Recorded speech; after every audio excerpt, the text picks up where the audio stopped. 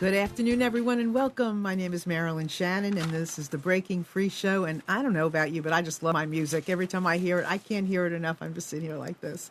So I want to welcome all of you today. I know your time is precious, and we love to give you precious shows. And every week I come here and I say, you know, this is a great show, Breaking Free. This is a great show today. We have a great guest. We have great guests. We have a great topic. I always feel that way, and I always feel excited when I'm on my way here because I know that there's something magic that's going to happen. And today, again, I have to say, this is going to be a great show. Maybe it'll be the best one we've ever had. I don't know. But it certainly is warming my heart, and I am delighted to be here, and I want to welcome all of you and thank you for being here with us. And if you noticed, to the right of our little video screen, you can sign in if you'd like to be part of our chat, and we invite you to do that. You can ask questions, you can comment, you can engage with some of the other people that are in the chat, and just, be part of our community. And any point in time, write this number down, 919-518-9773. You are more than welcome to call in if you care to, or you can Skype in with us at computers, that's plural, the number 2, K voice. That's the number K, letter K voice. And you can do that anytime you like. If the moment is inspiring to you and you want to share something that you are feeling from your heart, some kind of experience you've had, just feel free. And I want to say hi to Amnon. Hello. Hello. How are you? I'm great. And you?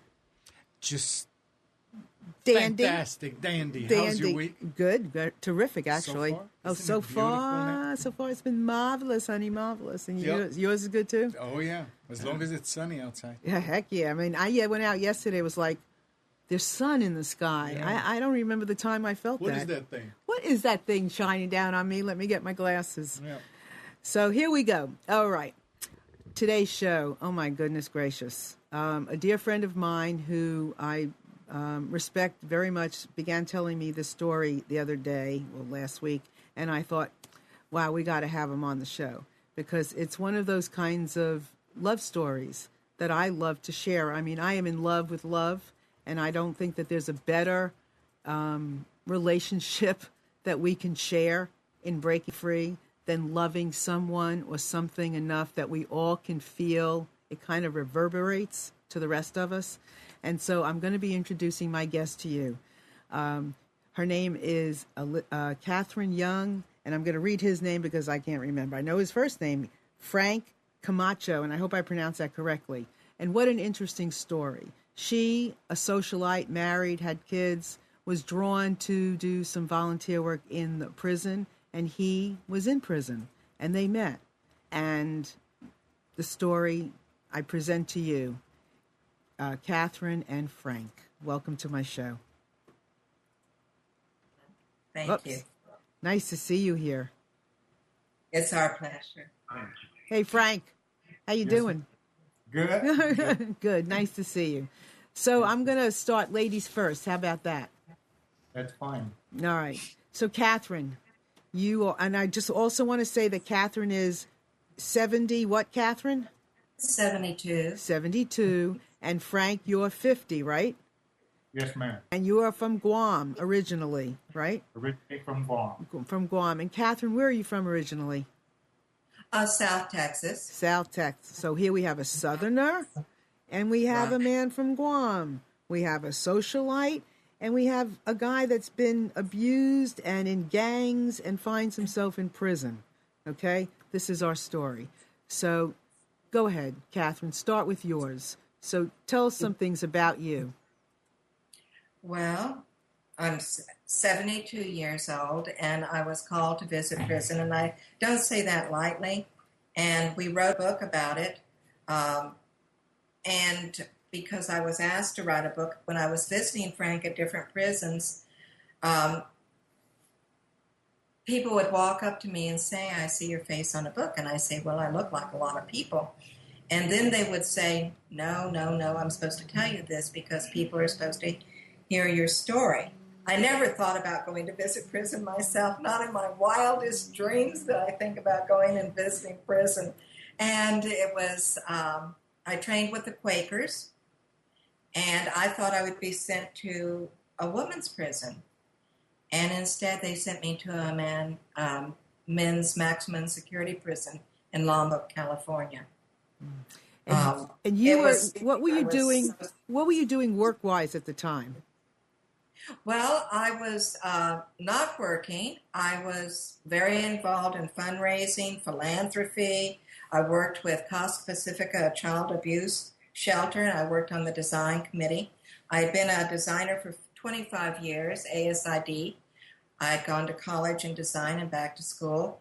I helped with the symphony. I was a president of the Symphony League. All those kind of things a woman in my position did to offer back to the community. Mm-hmm. And then I had done so much in fundraising, but not really on the one-to-one.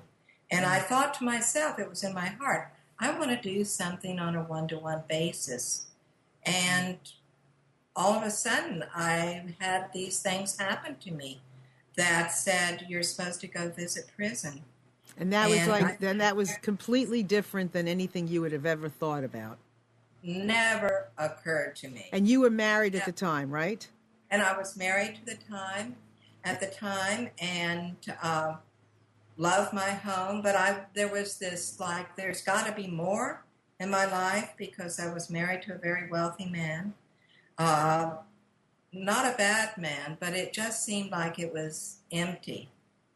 And so one time I was going down on the train at Christmas. All this is in our book. But this gentleman who was blind sat beside me and said, told me that he did civil rights for inmates. And I was like stunned. So after that, and then my husband wanted to see Dead Men Walking. So you know how long ago this was. And then I had this bad case of vertigo, which I get periodically about every 10 years. But I couldn't lift my head off the pillow, and my husband was out of town, so my daughter came out and took me to the emergency. And I looked up, and there was a poster with the acts of charity, which is like visit the poor, feed the hungry, shelter the homeless, and visit prison. And visit prison was highlighted with a light. And I thought, man, you are a sick puppy. You know, you are seeing things.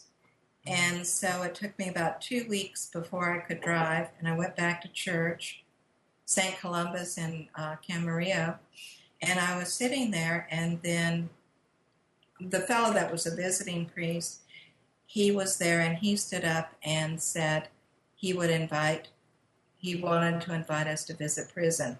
And I went, and I looked up, and I went, are you sure? All right, hold on one second. I just want to clarify something. So you were getting all of these different signs of things that were occurring, just popped out of nowhere. You know, this man doing this prison thing, then you see the poster, and you see all these things out of nowhere, right?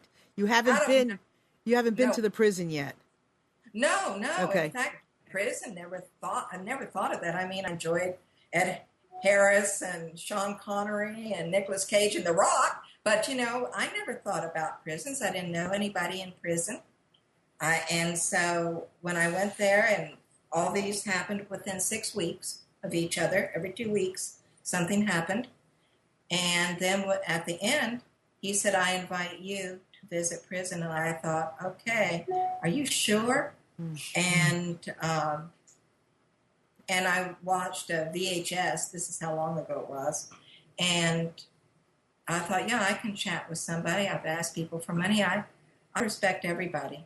Right. Everybody has a soul. Okay, so hold that for just, let's stop right there for just a second. Let me go to Frank. So I want you to hold that spot.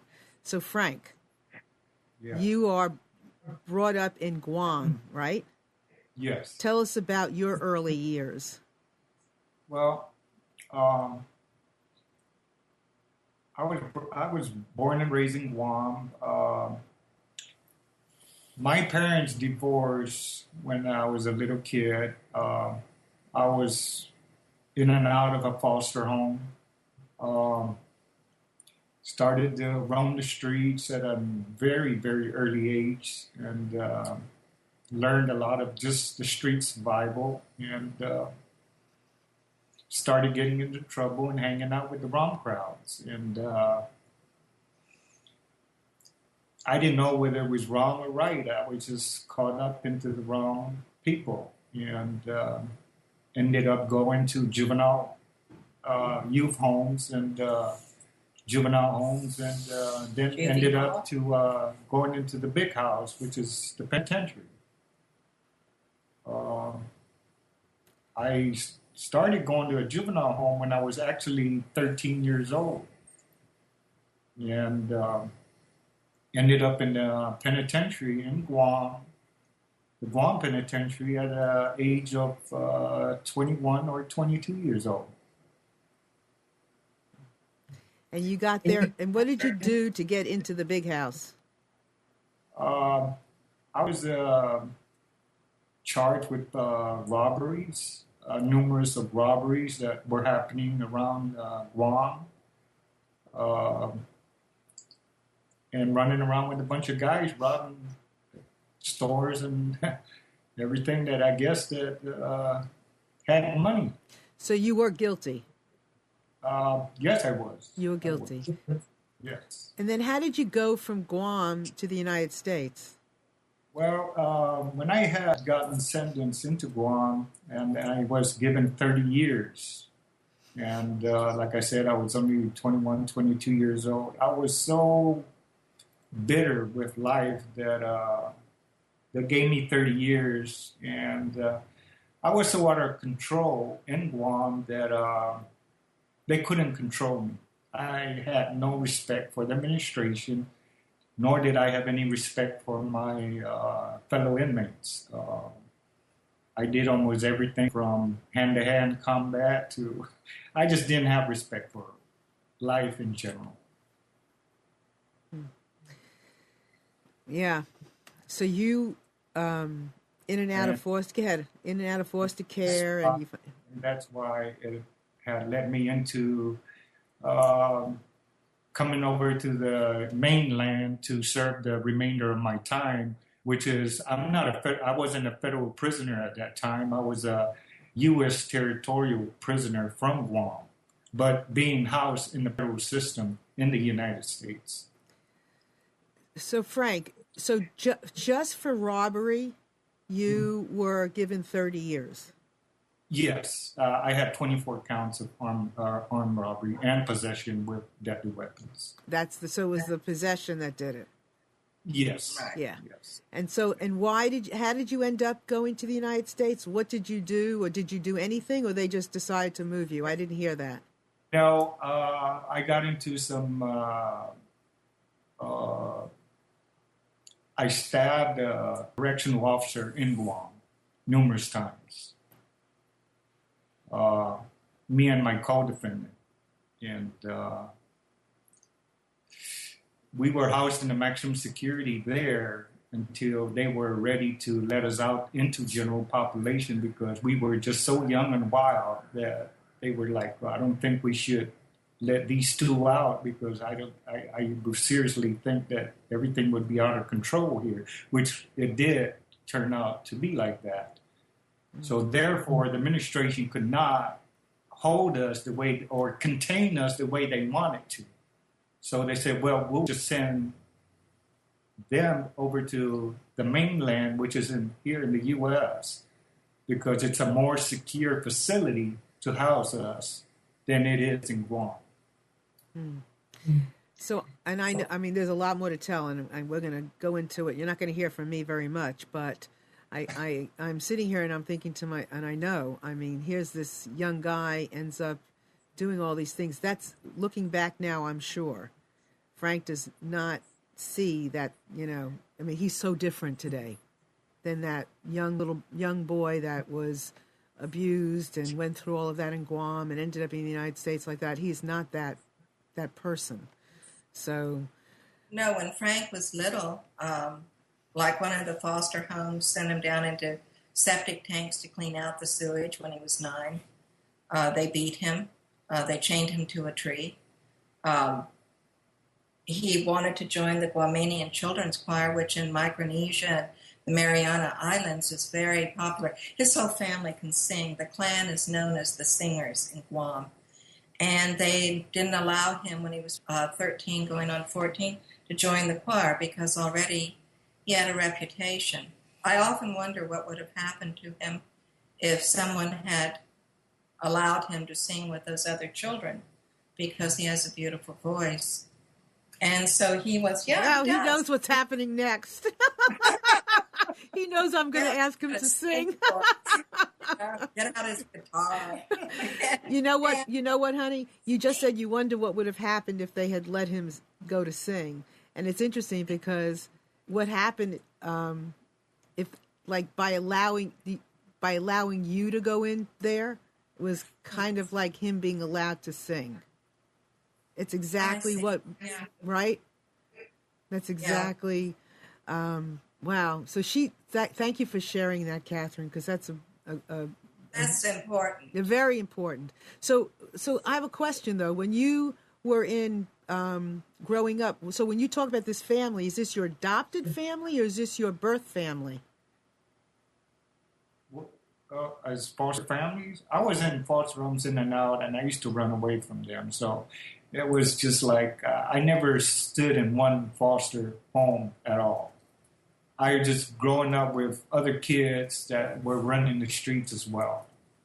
You know, that were troublemakers. They were way older than I was anyway. So, but this family that we're talking about that Katherine's mentioning, is this your birth family that can sing, or is this your an adopted family? Yeah, these are my birth family. Okay, and you are are you involved with them to this day, connected to them? Well, my mom had remarried, and those are my stepbrothers and stepsisters, and we do stay in contact. But it's not like, I mean, I don't know how to explain it, but we're just not that close. Okay. Yeah, I think they feel closer to him than he does. Yeah, they feel that towards me, but I don't feel that towards them because the fact of the matter is I was raised in a different environment. Gotcha. And that's part of the reason I say that. It's just... And you're so different now. I mean, you've been, Americanized. Yeah, I mean, you've really had an interesting life. I mean, in prison and now North Raleigh. I mean, I want to explain what that means. But so you're in a prison here in the States, higher security, and what's that like? Well, it was a shock to me. It was a change of mingling with people, actually, and it was just a different. It was different. It was really different. I had to really learn really quick over here, because the way doing time over here and doing time in Guam is a very, very totally different.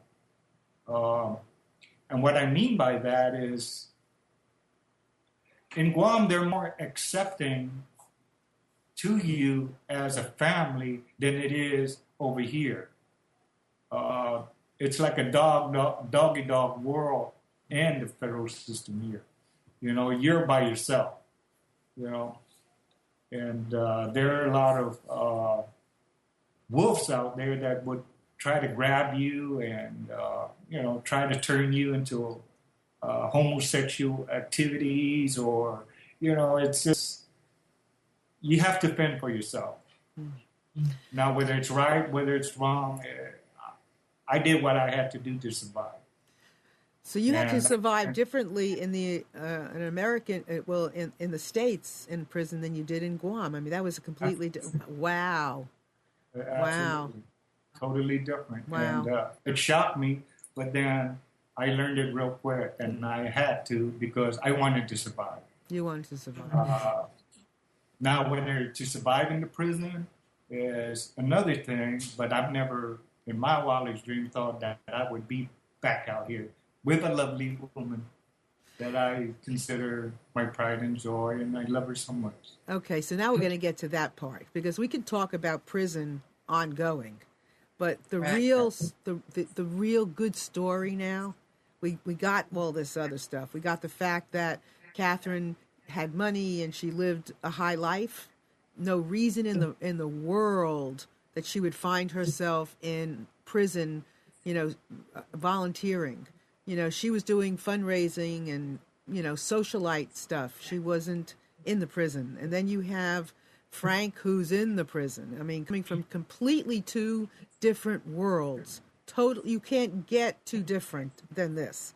And that, it's interesting because I said something we had a little chat yesterday, the three of us, and I said something yesterday about how different they were. And Katherine gave me such a great answer, one I will take with me for the rest of my life. Katherine, what was your answer yesterday when we spoke about this? Well, I don't really remember because I just speak and I say what I'm feeling at the time. But I don't have a really good audio memory. But what I said was, Frank and I have more similarities on the inside than we have on the outside. You look at us and you don't see the same thing, but Frank and I both were from very large families. I'm one of 9, Frank's one of 10. We both had some abuse in our families, which people in general don't talk about, when you're particularly from a middle-class family like I was. And Dad was a colonel in the Air Force, and we both had brothers who killed themselves. We both had tragedy in our lives. And so those commonalities, which you wouldn't look at us and think we have, are the commonalities that are really important, that are on the inside of you rather than on the outside of you. And that's what you saw. That's right? What I saw. That's what I saw, and I was so amazed. He and I are both more fond of our grandmothers than anybody else. Those are the people that loved and raised us, and it's amazing how much we have in common, and we don't, but we understand each other from the get-go. We knew who each other was. Mm-hmm. Frank, what were you going to say? You had something to say there. No, Did you have something to add? I was just smiling at her and how, we come so, going back and. That's no. It's just pretty hard. You're doing beautifully, and you know what I love so much is how you feel so much and how you're sharing this with us now. This is a real Academy Award moment. This is real life. And I so honor you for sharing it like this. So thank you very much. And truly the world is thanking you now. That's why I think you're overwhelmed with the love that you're receiving from all of us out here. Well, because I love her so much. It's not about the money or, like she said, we share a lot of things in common. We share a lot of love for each other. And it's just hard on me sometimes when I go to think about it. And I'm really sorry that what? No, don't be sorry. Please don't be sorry. I'm so honored that you are feeling comfortable enough to feel the feelings you're feeling. Because you know what? Besides what you've been through and besides who you've been, the world, we need more men to be like you. And Amnon, really, and my husband. And we need more men to share their emotions with the world. That's what we need. And I made a declaration last week that, I work with a lot of men, a lot of women in my coaching practice, but I made a decision that I wanted to work with more men because I feel like men have something so magnificent to share and that we don't always give the men the chance to do that, nor have men given themselves a chance to do that. And you don't always have the words to choose or the place to do it. And I want men, if we're going to have a healed world, Frank, we need more men like you. Well, I believe they are out there. I've met a lot of really, really great guys while I was incarcerated here in the federal system that, would never be out, would never get out. But these people do have compassion and, if I can help them, I would, but it's impossible. And I know that these people also are seeking for people, for the type of support that I have as well, you know. Well, And people to hear them as well, you know. you know what, Frank, you give those men in prison hope, but I'll tell you something. You can I don't know, I'm getting this feeling that there's a lot of young boys, teenagers, young men out here that have not connected with their heart and soul like you have now, and like you might have had you been able to sing like you did when you met Katherine. And if you could give these guys, if you could help these guys know that the compassion and the love that they feel and their humanness that they have is valuable and strong and important, and maybe, just maybe, they won't take the other route. So you're very special, and I can understand why and how she fell in love with you, because I'm in love with you now too. Well, it was easy. Well, the difference between Frank and some of the other fellows I visited, because over 3.5 years, through the Quaker program, Prisoner Visitation Support, I spoke with around 25 fellows. And I called them my fellows because I was really fond of them. But there weren't many that were as real as Frank, as honest and as open, but he kept it real. And he was the only one, when I first met them, that said to me, "Why are you here?" And I said, "Do you really want to know?" And he said, "Yes." So I told him about meeting the attorney on the train, seeing the movie, having vertigo, and all this stuff. And then 10 years later, I asked him, "What did you think when I said that?" And he said, "I thought you were a very nice lady, but you were a little confused." and that's so true. Wow. But it's all true. I couldn't have thought up this stuff. No. Oh, No. I'm pretty imaginative, but I don't have this kind of imagination. No.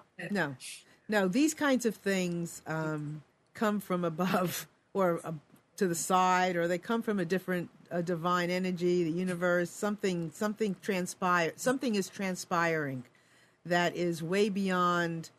You couldn't write that. You couldn't write that, into your life. That's something that you observe, you take in, you welcome, Well, I think you have a choice. If all this happened to me, I could have kept saying, "That's interesting," and not done anything. But to me, things like that hadn't happened before. And I said, "This is interesting. What does it mean?" Mm-hmm. And I think looking deeper is something that's good for all of us, Mm-hmm. Mm-hmm.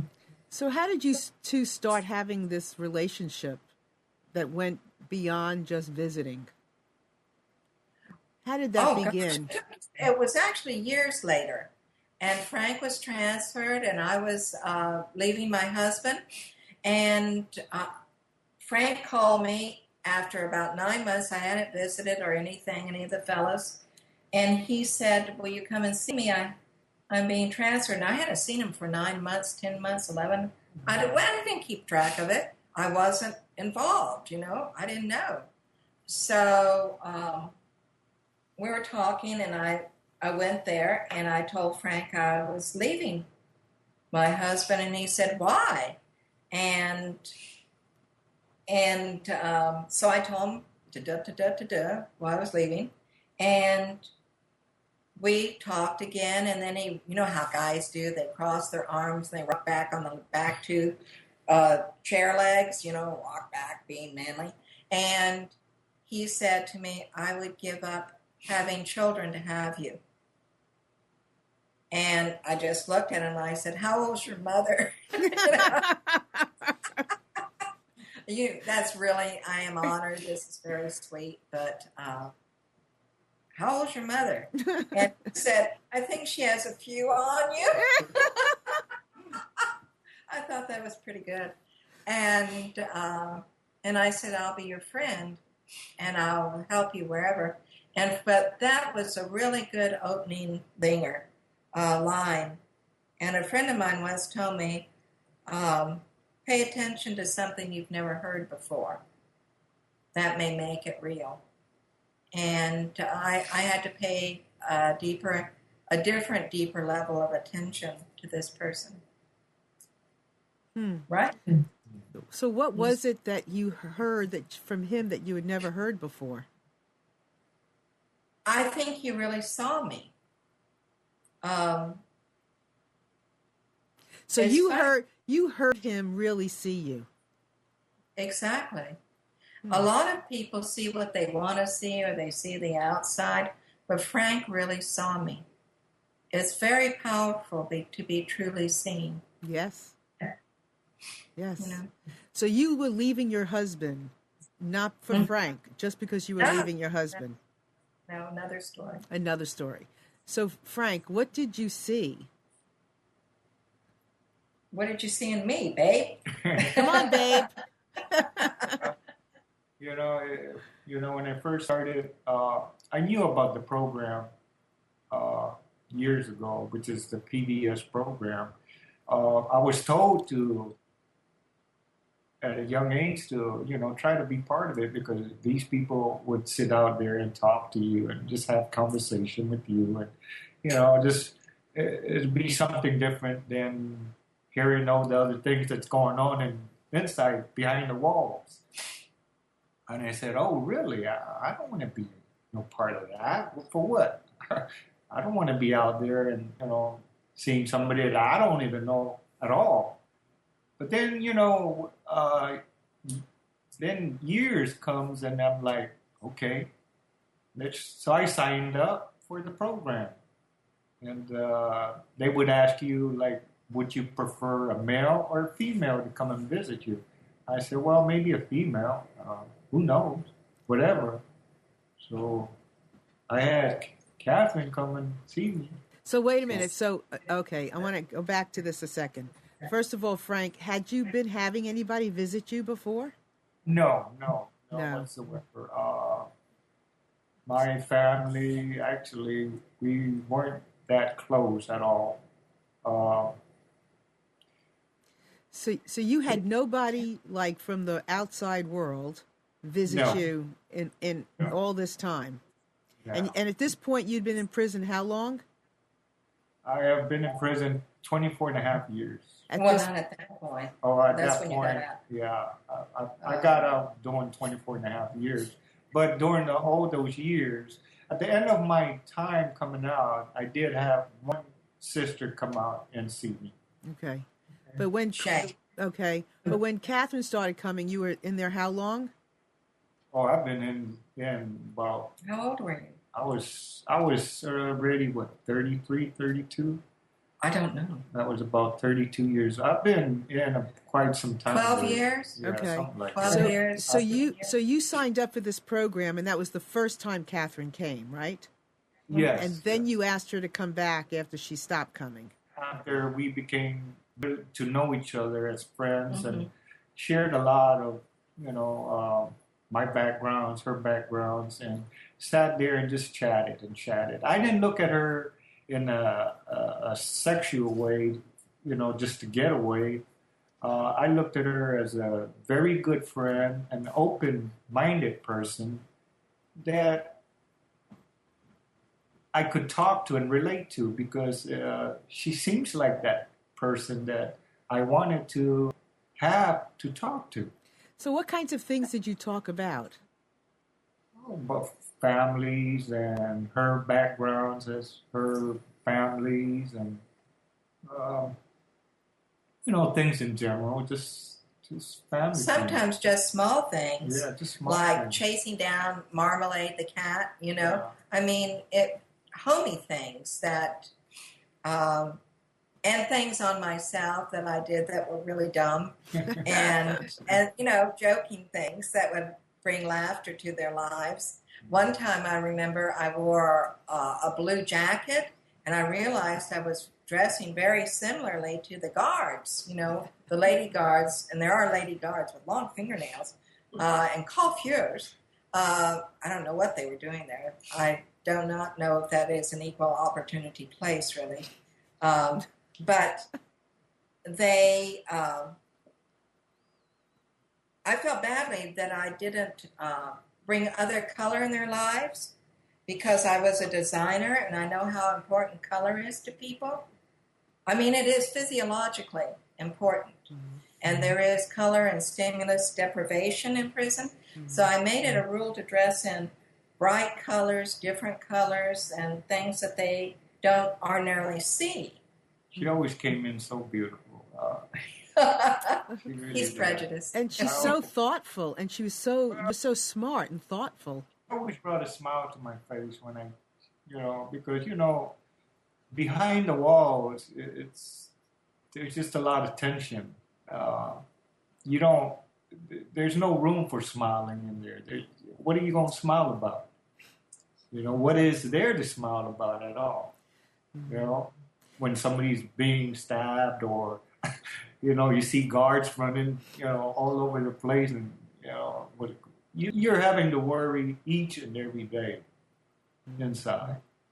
So when Katherine comes to visit me and I go into the visiting room and I see her, it brings a lot of smile to my face. But Well, I did ask him, I thought this was funny. I did ask him, when he told me first, because I didn't ask any of the fellas what they did. If they wanted to share it, that was fine, but it wasn't up to me to find out what they had done. I was only supposed to accept them as who they were, people. And so he tells me that he did a robbery on Guam. They did robberies, and I'm going like, how big is Guam? He says it's 30 miles by 80. By 8, not by 80, by 8. And I'm going, well, where were you going to go? Where were you going to go with this money? I mean, I think they knew you. Everybody's related, right? And he says, I was very young. And I go, yeah. Got the backstroke, down pat, and he would look at me and shake his head and just laugh. But I think I was irreligious, and I was straight. I was really straightforward. I was honest. And so the fellows really appreciated that, Frank included. Mm-hmm. And you weren't scared, were you? I was never, ever afraid. I was never, ever afraid. I was sent by God, and if something happened to me, this is funny because I don't know if I put it in the book or not, but they asked if, and you have to reapply every year. And so they took me, I wasn't around, and so Chaplain Burke took me back behind the walls, actually, and down where the intake was for the fellows, and that's normally not done. And all of a sudden, they asked me if I had any tattoos, and I had my eyebrows tattooed because as I got older, they got very thin. So I had my eyebrows tattooed, and I said yes, and they're waiting. And I said, well, I have my eyebrows tattooed, and they looked at me and they smirked, and they were laughing because they meant something identifiable in case, like there's a riot. And I just didn't think that way at all. And so I always felt protected. I always felt that even if I died there, okay, well, what the hey? I've led a really good life. To me, it was a win-win. I believe in afterlife. I believe in a source. And so it really, I was never, ever, ever, ever afraid. I don't understand it, really. Well, but I'm not. I would like to share a little insight, I think. I very much believe in the power of our heart and positive emotion. I believe in anything positive. I believe that anything positive is far more powerful than anything negative. So, Frank, you proved that. You allowed her heart to talk to your heart, which was right there waiting to be spoken to, and it just melted everything else away, which it's going to. And when you come from your heart, there is nothing to fear. Everything is taken care of. Your heart would never hurt you and lead you into a stray or the wrong place or the wrong way. And so you exemplify the definitions of what this is. Look at that, man. You are terrific. What are you feeling now, Frank? I feel so emotional. Can you describe it any? Can you explain? Well, because, coming from the background that I grew up and I came a very, very hard life. I've lived a hard life.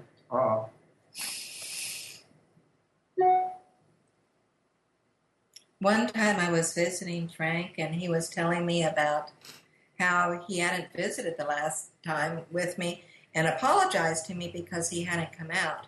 And his homies, because he was the leader of the Pacific Islanders, were winning, and they normally didn't win any of their physical, their sports events, for lack of a better word. And they were winning at bocce ball, for goodness sakes. And so he says he was so sorry that they were winning at bocce ball, and he had to be there to support them because he was their leader.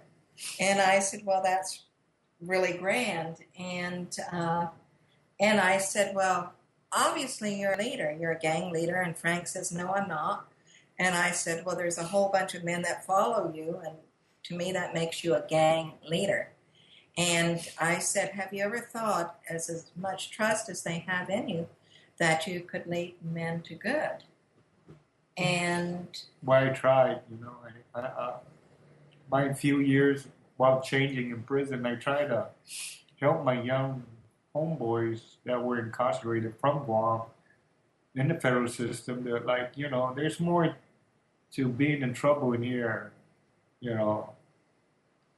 There's a better life than this, and we all need to come together to help each other, not to try to go and hurt each other. And I try to use that phrase on them and let them know that, because I've lived that life. A lot of my homies did not live that life. They had a family. They have loved ones that cared for them. I didn't. I didn't have anyone at all. And I saw that in him. And some of the people that I visited and then didn't have that grit, didn't have that determination, didn't have that strength of resolve to do something even while they were there. And it was different. It was different. It was... that's why I try to impressive, to be truthful. I try to inspire everybody, not just my homeboys, but other people that I considered friends and that wanted that change as well. Because I've shared a lot with them, my upbringing, and there are people out there that care for us. We just have to learn to care for ourselves as well. Right, and I'm going to ask you a favor. I'm going to ask you to take and we're going to. I'm not going to get ready to show your book, but I'm going to ask you a favor before. Hold on a minute.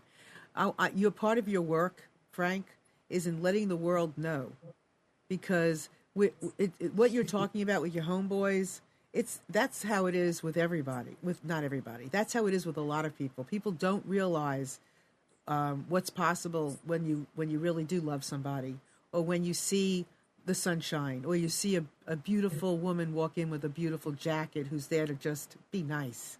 I mean, we don't give these things enough importance, and people need to know that it really is what makes the difference.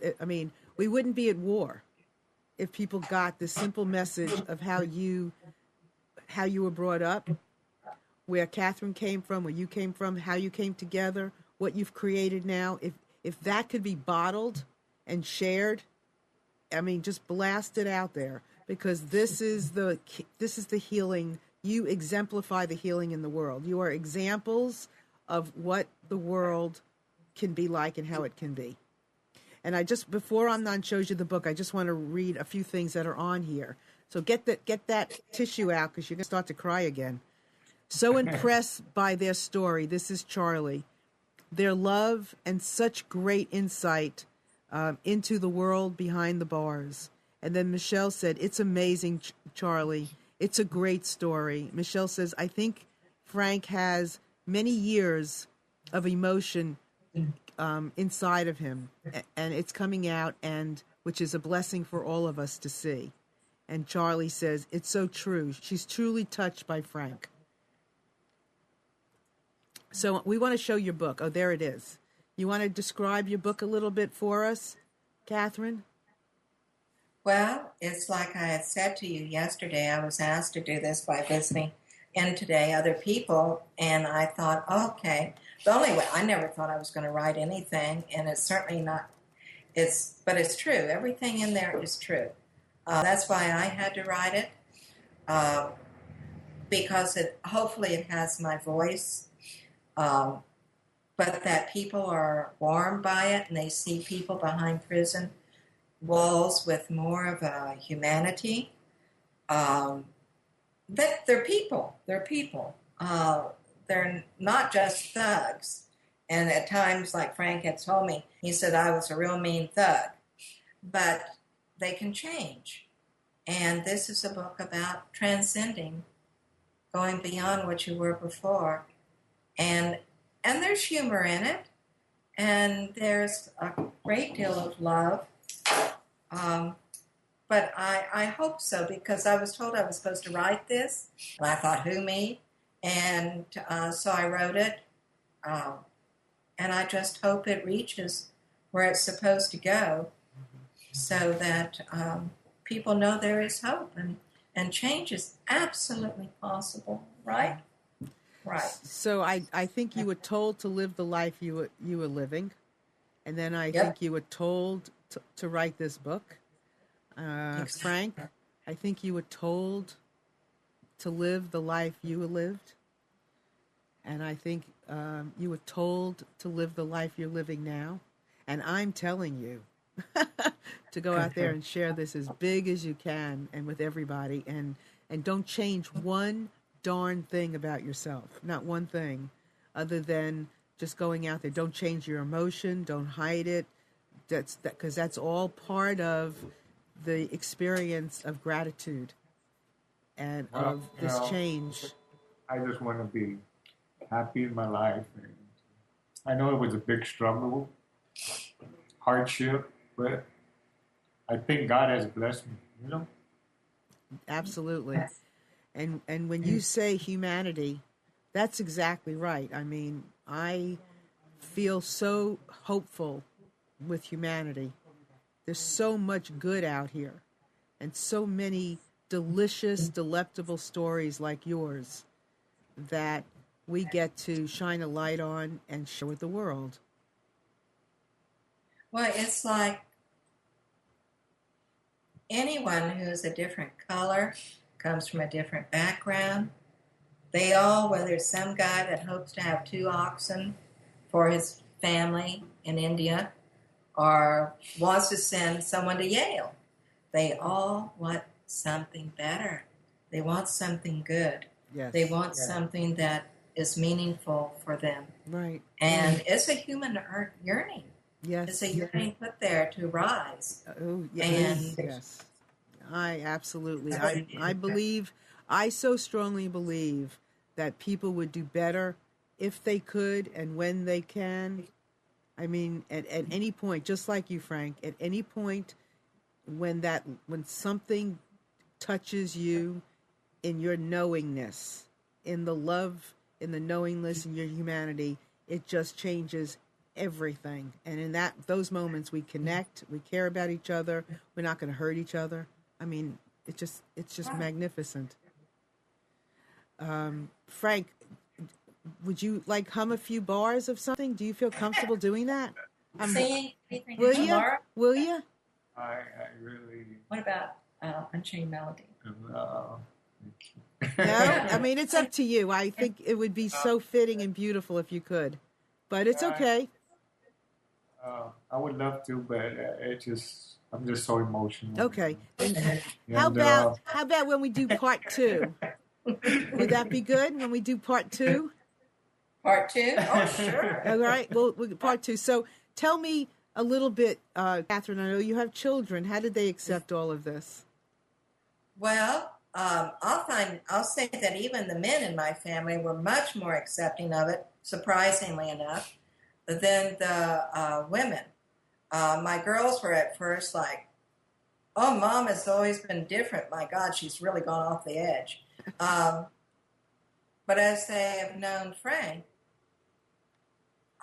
they care for him very much and consider him family. He is family. He's our family, and we're his. And but you know, I raised the kids to respect all nationalities and all color, and that they did. They were more worried about where he'd been, you know, and they just thought, "Well, Mom has a good heart." And like I told the fellows I visited, you know better than I. Not everyone should come out on the street. But there are many who can, many who should. Absolutely. And see, and that's what I had taught my girls too. And people would ask me, what would happen if one of the fellows I visited appeared at my door? I said, I guess I get them a cup of coffee, you know, and see how they're doing. Right. And you have to be that way. You have to walk your talk. You have to have. What I learned from Frank was over 19 years of knowing him now.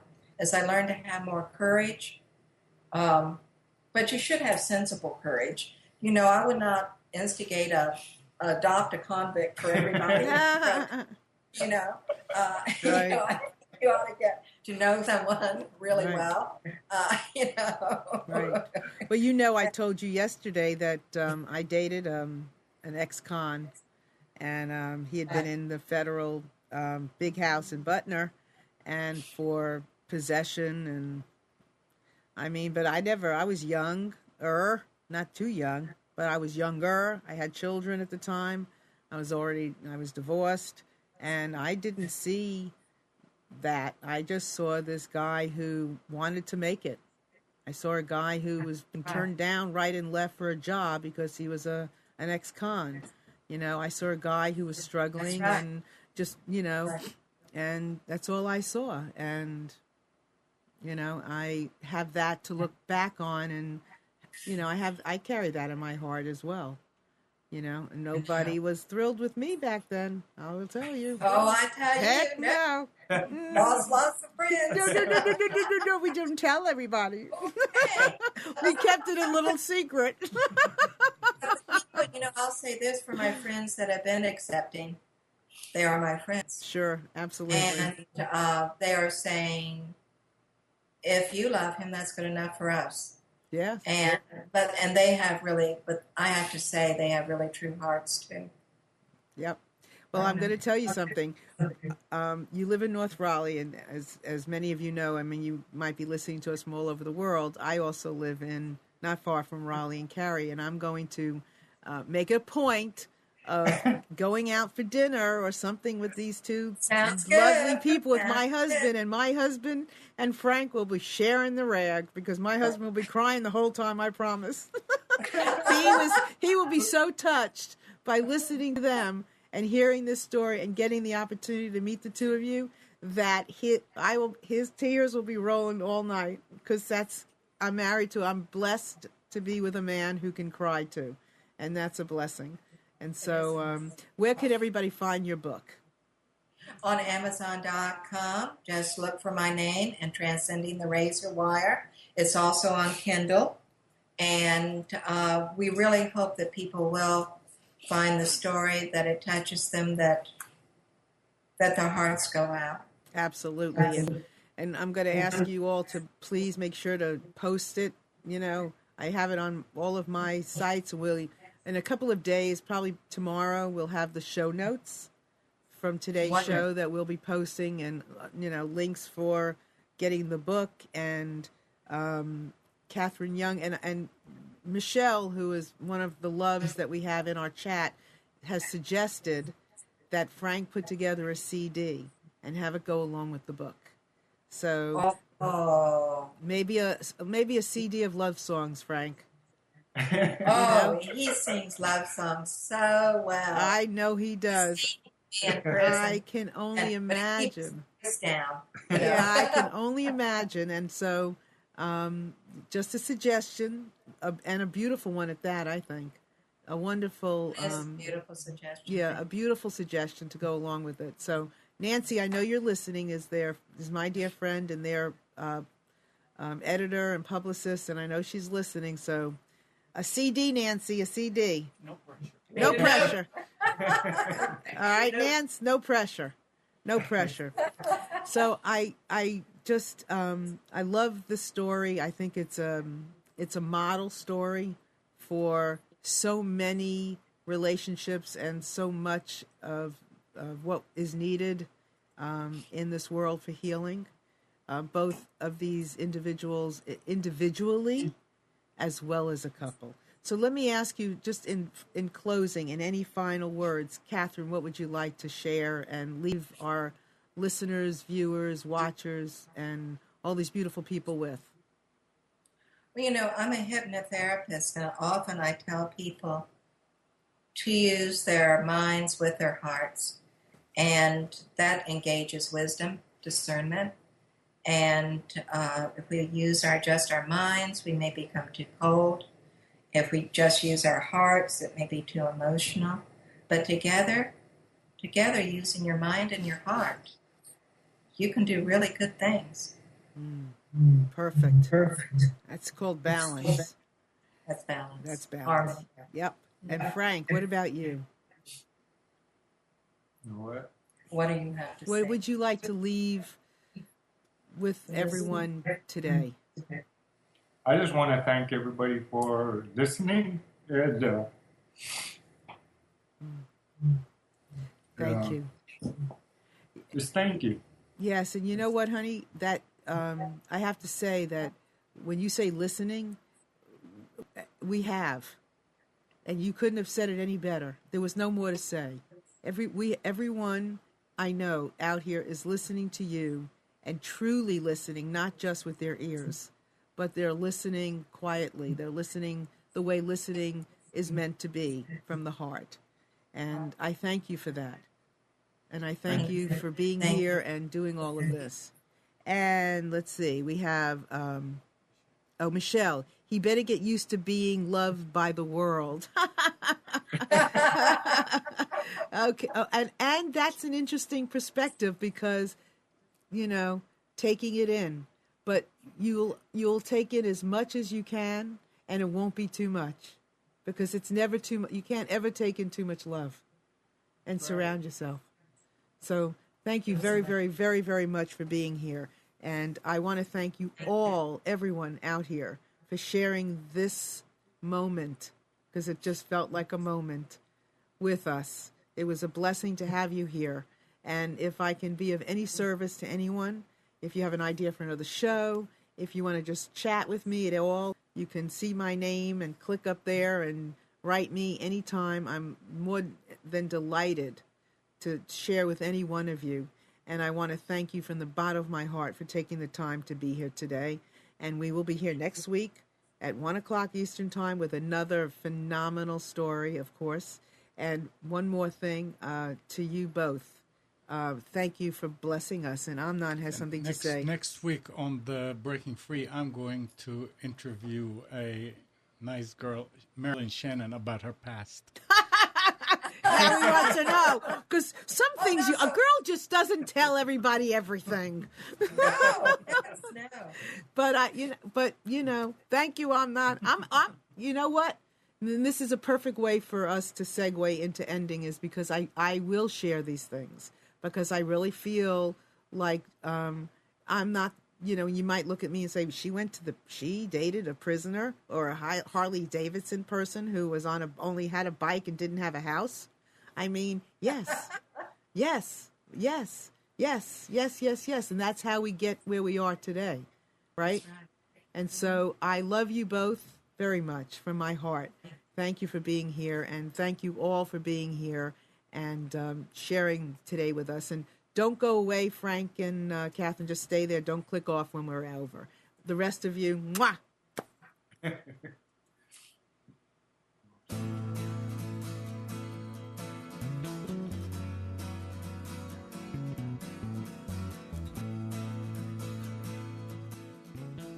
You are tuned to the Nissan Communications Network.